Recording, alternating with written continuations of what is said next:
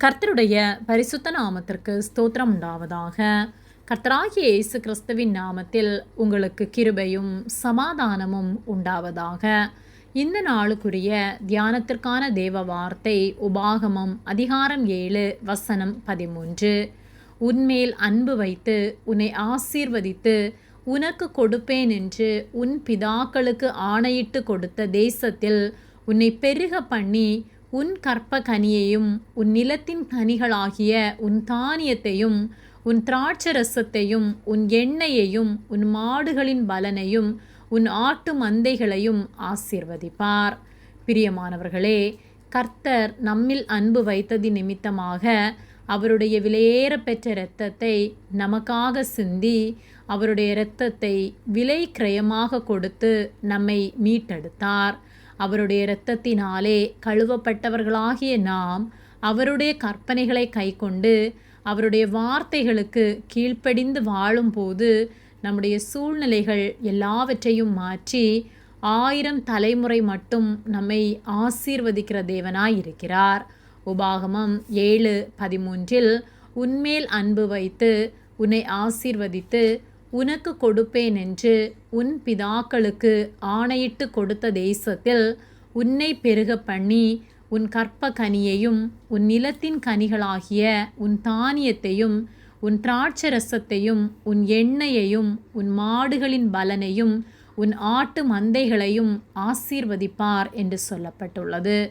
நாம் கர்த்தருக்கு கீழ்ப்படிந்து அவருக்கு உண்மையாக வாழும்போது அவர் இந்த உலகத்தின் தேவைகள் எல்லாவற்றையும் சந்தித்து நம்மை ஆசீர்வதிக்கிறவராக இருக்கிறார். புறஜாதிகளாகிய நம்மை அவருடைய இரத்தத்தினாலே நம்மை சொந்தமாக்கி கொண்டார். நாம் அவரோடு நித்தியமாய் வாழ வேண்டும் என்று அவர் நம்மை மீட்கும்படியாக இந்த உலகத்தில் வந்து நமக்காக நம்முடைய பாவங்களை ஏற்றுக்கொண்டார்.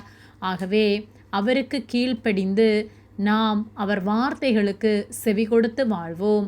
அப்படியாக நாம் அவருக்கு உண்மை உள்ளவர்களாக வாழும்போது நம்முடைய உலக தேவைகளை கர்த்தர் சந்தித்து நாம் துவண்டு போகாதபடிக்கு, நாம் பிறருக்கு முன்பாக வெட்கப்பட்டு நிற்காதபடிக்கு கர்த்தர் நம்மை ஆசீர்வதிப்பார். சின்னவனை 1000 சிறியவனை பலத்த ஜாதியுமாக்குகிற தேவனை விட்டு விலகாமல் அவருடைய பலத்த கைக்குள் நாம் அடங்கி இருக்கும்போது ஏற்ற காலத்திலே அவர் நம்மை ஆசீர்வதித்து நம்மை உயர்த்துவார். ஆகவே கர்த்தருடைய வார்த்தைகளுக்கு கீழ்ப்படிந்து வாழ்வோம்.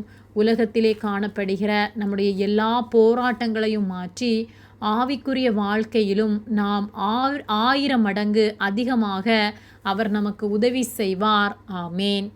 ஜெபம்.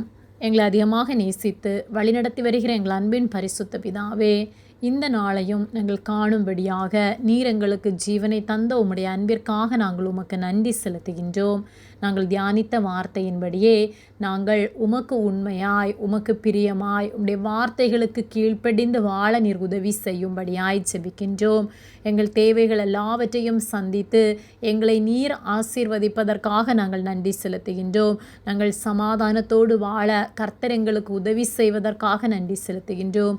தேவைகளோடு இருக்கிற ஒவ்வொருவருக்கும் கர்த்தர் இரக்கம் செய்யும்படியாக, பாவத்திலிருந்து விடுதலை ஆக்கும்படியாக, கர்த்தர் ஒவ்வொருவரையும் மீட்டெடுக்கும்படியாக ஜெபிக்கிறோம். ஒவ்வொருவரையும் ஆசீர்வதிப்பதற்காக நன்றி செலுத்துகின்றோம். இயேசுவின் நாமத்தில் ஜெபிக்கின்றோம் பிதாவே. ஆமேன். கர்த்தர் உங்களை ஆசீர்வதிப்பாராக.